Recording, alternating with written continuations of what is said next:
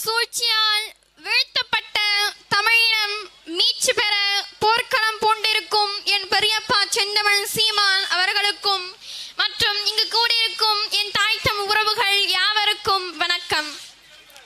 மக்களுக்கென்று ஒரு பெரும் படை இல்லை என்றால் மக்களுக்கென்று எதுவுமே இல்லை என்கிறார் மாசேத்துங். ஆனால் இப்பொழுது மக்களுக்காகவே ஒரு பெரும் படை உருவாகி இருக்கிறது. அதுதான் நாம் தமிழர் எனும் தமிழ் தேசிய இனத்தின் அரசியல் பெரும் படை.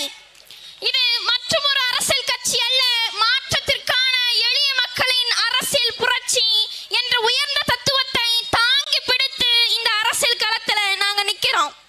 நீங்கள் எங்களை தாண்டி போகலாம், ஆனால் எங்களை தவிர்த்து விட முடியாது. நீங்கள் எங்களை கேலி செய்யலாம், ஆனால் எங்களை போலியாக்க முடியாது. நீங்கள் எங்களை புறக்கணிக்கலாம் என் அன்பு உறவுகளே, ஆனால் எங்களை ஒருபோதும் புறந்தள்ளிவிட முடியாது.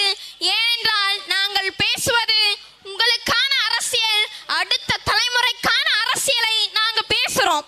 இன்று நீங்கள் எங்களை இழந்தீர்களானால் நாளை நீங்களே எங்களை தேடுவீர்கள். ஏனென்றால் இந்த தமிழ்நாடு தமிழ்நாடாக இல்லை. என்ன இருக்கிறது தமிழ்நாட்டில்? எல்லாவற்றையும் நாம் இழந்து விட்டோம் என் அன்பு உறவுகளே. நாம் உயிரோடு வாழ்வதற்கு எதை வைத்திருக்கிறோம்?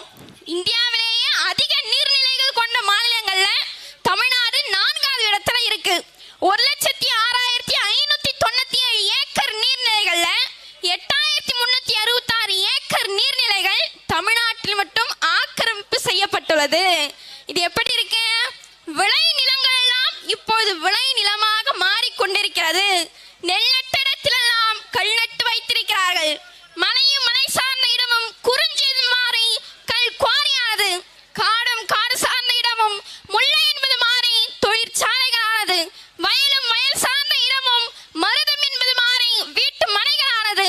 கடலும் கடல் சார்ந்த இடமும் நெய்தல் என்பது மாறி அமில கழிவுகளானது. மணலும் மணல் சார்ந்த இடமும் பாலை என்பது மாறி லாரிகளானது.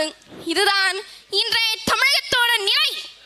அது மட்டுமா, ஒரு ஆண்டுல கர்நாடகாவில் பெய்கிற மழையோட அளவு 722 மில்லிமீட்டர். அந்த மழைநீரை சேமிப்பதற்காக கர்நாடகாவில் உள்ள அணைகளோட எண்ணிக்கை 241.